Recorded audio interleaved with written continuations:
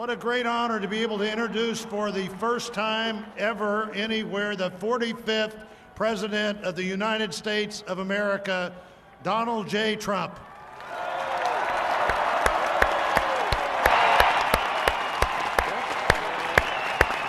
Did I get that one right?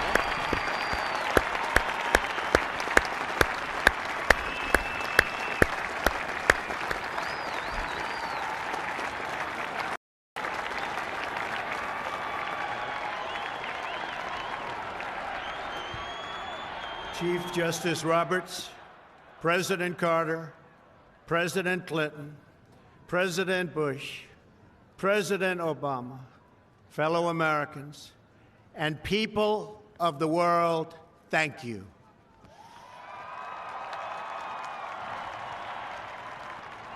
We, the citizens of America, are now joined in a great national effort to rebuild our country and restore its promise for all of our people. Together, we will determine the course of America and the world for many, many years to come. We will face challenges. We will confront hardships, but we will get the job done. Every 4 years, we gather on these steps to carry out the orderly and peaceful transfer of power. And we are grateful to President Obama and First Lady Michelle Obama for their gracious aid throughout this transition. They have been magnificent. Thank you.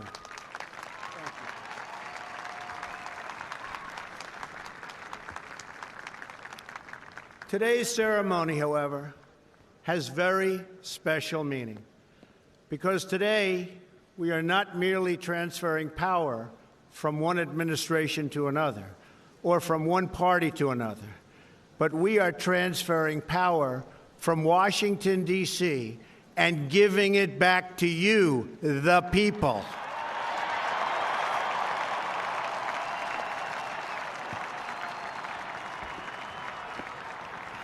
For too long, a small group in our nation's capital has reaped the rewards of government while the people have borne the cost. Washington flourished, but the people did not share in its wealth. Politicians prospered, but the jobs left and the factories closed. The establishment protected itself, but not the citizens of our country. Their victories have not been your victories. Their triumphs have not been your triumphs. And while they celebrated in our nation's capital, there was little to celebrate for struggling families all across our land.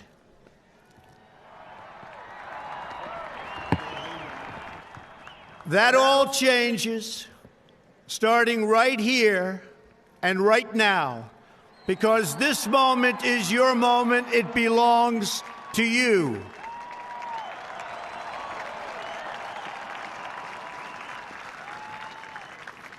It belongs to everyone gathered here today and everyone watching all across America. This is your day. This is your celebration.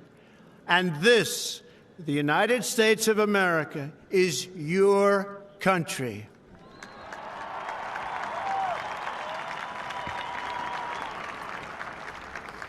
What truly matters is not which party controls our government, but whether our government is controlled by the people. January 20th, 2017 will be remembered as the day the people became the rulers of this nation again.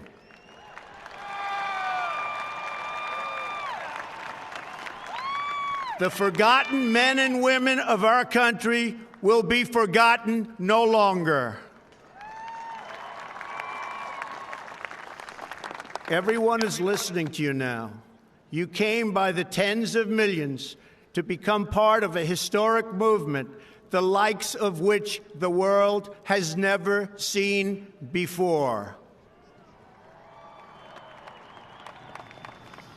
At the center of this movement is a crucial conviction that a nation exists to serve its citizens. Americans want great schools for their children, safe neighborhoods for their families, and good jobs for themselves. These are just and reasonable demands of righteous people and a righteous public. But for too many of our citizens, a different reality exists. Mothers and children trapped in poverty in our inner cities, rusted out factories scattered like tombstones across the landscape of our nation, an education system flush with cash, but which leaves our young and beautiful students deprived of all knowledge, and the crime and the gangs and the drugs that have stolen too many lives and robbed our country of so much unrealized potential. This American carnage stops right here and stops right now.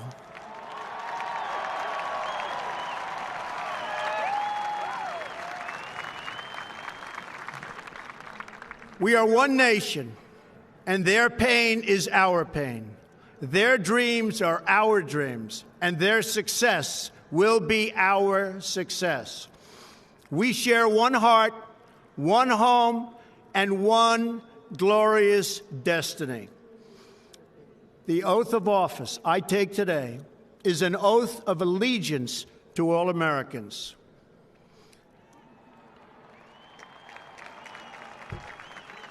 For many decades, we've enriched foreign industry at the expense of American industry, subsidized the armies of other countries while allowing for the very sad depletion of our military.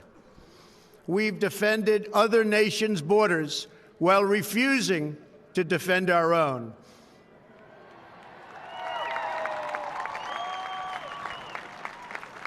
And spent trillions and trillions of dollars overseas while America's infrastructure has fallen into disrepair and decay. We've made other countries rich while the wealth, strength, and confidence of our country has dissipated over the horizon. One by one, the factories shuttered and left our shores, with not even a thought about the millions and millions of American workers that were left behind. The wealth of our middle class has been ripped from their homes and then redistributed all across the world. But that is the past, and now we are looking only to the future.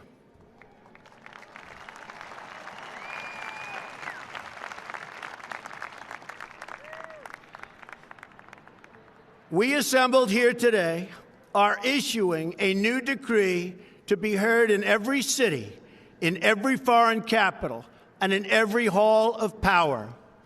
From this day forward, a new vision will govern our land. From this day forward, it's going to be only America first. America first.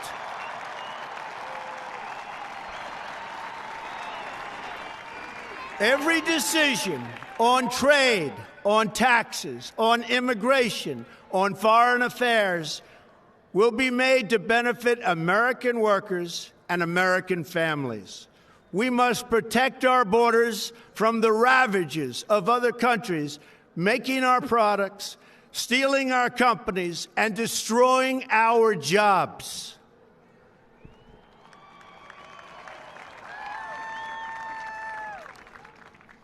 Protection will lead to great prosperity and strength. I will fight for you with every breath in my body, and I will never, ever let you down.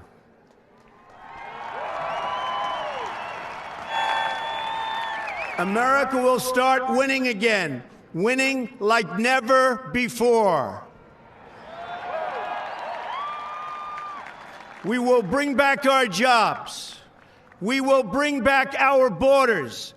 We will bring back our wealth. And we will bring back our dreams.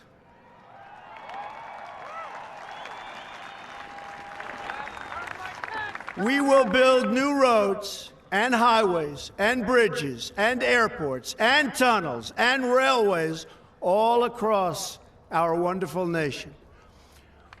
We will get our people off of welfare and back to work, rebuilding our country with American hands and American labor. We will follow two simple rules: buy American and hire American. We will seek friendship and goodwill with the nations of the world, but we do so with the understanding that it is the right of all nations to put their own interests first. We do not seek to impose our way of life on anyone, but rather to let it shine as an example. We will shine for everyone to follow. We will reinforce old alliances and form new ones and unite the civilized world against radical Islamic terrorism, which we will eradicate completely from the face of the earth.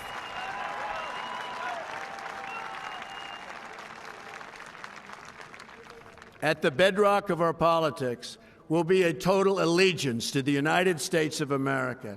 And through our loyalty to our country, we will rediscover our loyalty to each other. When you open your heart to patriotism, there is no room for prejudice.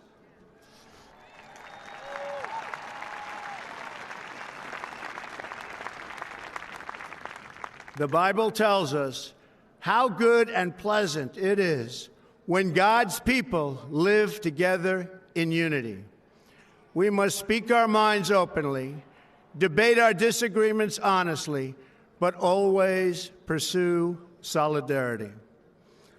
When America is united, America is totally unstoppable.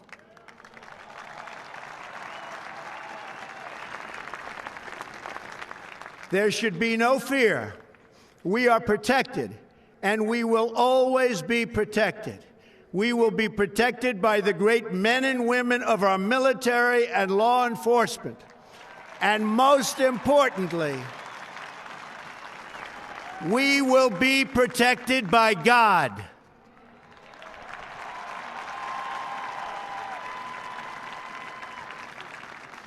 Finally, we must think big and dream even bigger.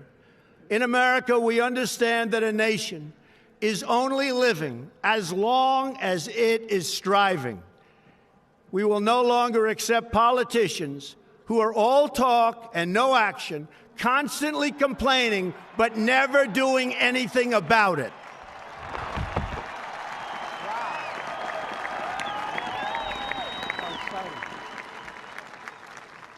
The time for empty talk is over.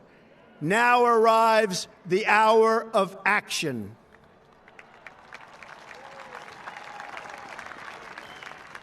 Do not allow anyone to tell you that it cannot be done.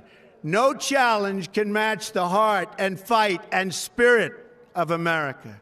We will not fail. Our country will thrive and prosper again.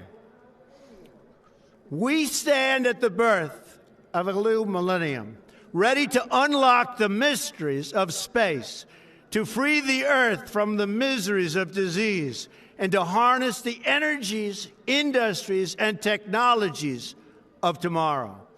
A new national pride will stir our souls, lift our sights, and heal our divisions.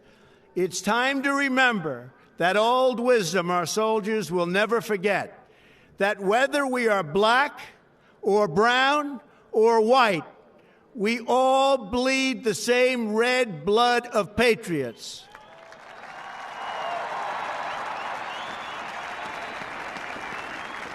We all enjoy the same glorious freedoms, and we all salute the same great American flag.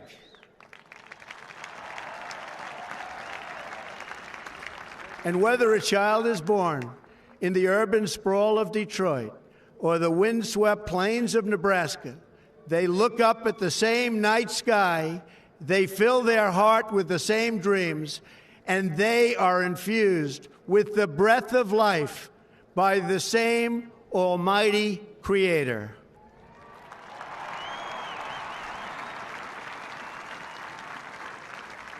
So to all Americans in every city, near and far, small and large, from mountain to mountain, from ocean to ocean, hear these words: you will never be ignored again.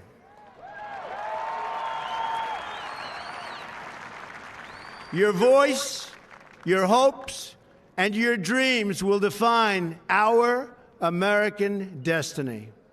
And your courage and goodness and love will forever guide us along the way. Together, we will make America strong again. We will make America wealthy again. We will make America proud again.